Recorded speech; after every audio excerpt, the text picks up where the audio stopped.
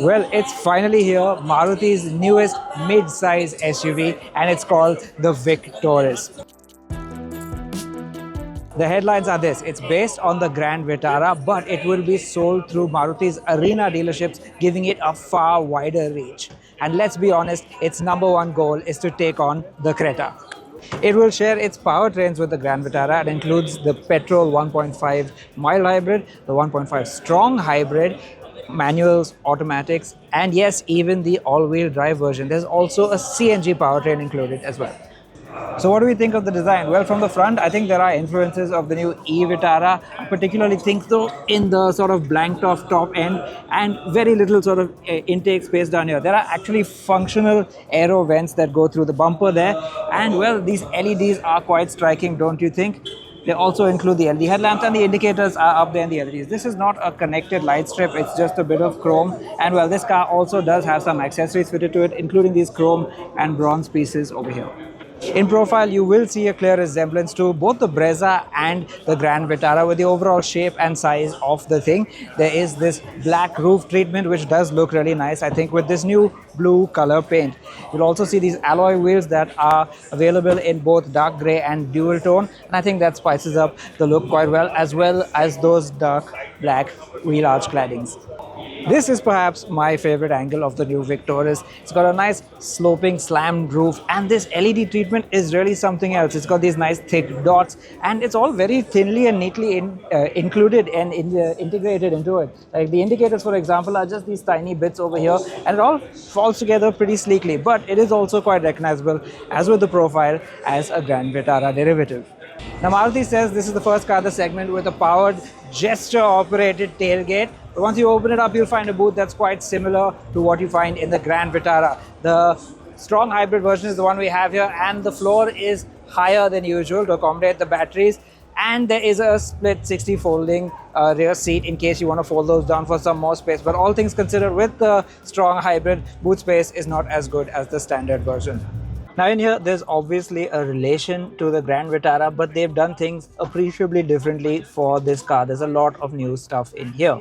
Well, for one, you get two color options depending on which powertrain you choose. The strong hybrid is a all black situation, whereas in the other models you get a dual tone black and sort of light gray or white color scheme. I also like this new steering wheel. It's a new design. It's, dare I say, resembling what they've got in Aston Martin right now, with a lot of gloss black, a different steering boss from the Grand Vitara. And yeah, it looks and feels very, very upmarket, and that's the pervading sensation. A lot of upmarket stuff, lots of nice soft touch with contrast stitching over here, a little pattern for the LED ambient lighting that you can change the color of. And my favorite thing is that yes, the touchscreen is here. It's a new software, it's a new interface, and there's very little bezel around it, much less than you have in the existing Maruti cars. The gear lever is quite similar, and I really like this AC control section here. Nice rotary knob, hard buttons.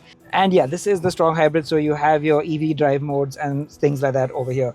The driver's seat is powered and the front seats are ventilated, and yes, there is a whole lot of equipment in this car.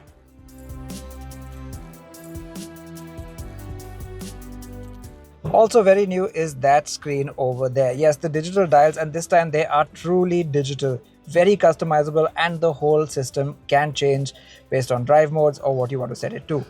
Now, a lot of what I have to talk about is centered around the screen. It's a new third generation Maruti infotainment touchscreen system. It looks really good. It functions really smoothly. And well, they have promised a lot more connectivity and sort of integration for all the car's features.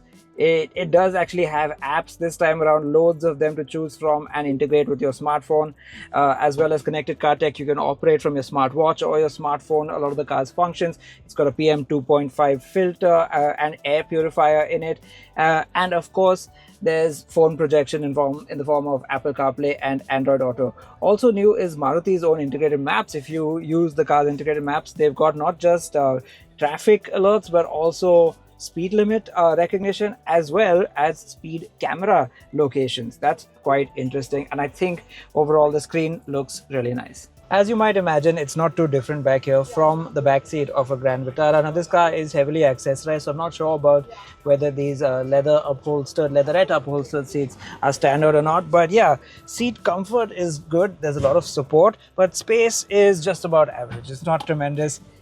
Even headroom, thanks to this sunroof, I suppose, is not a whole lot for taller passengers. It might be a problem. And the sunroof itself is not huge. It is a panoramic sunroof. It's not particularly wide. It's not particularly long. Uh, as with the Grand Vitara, I suppose this is the car best enjoyed from the front seats. Now, the other big focus, of course, with this car has been safety, because not only does it get 6 airbags as standard across the range, it's also the first Maruti Suzuki ever to get level 2 ADAS on the top variants. But before any of that, before the car's even launched, it has scored 5 stars in global NCAP crash test ratings.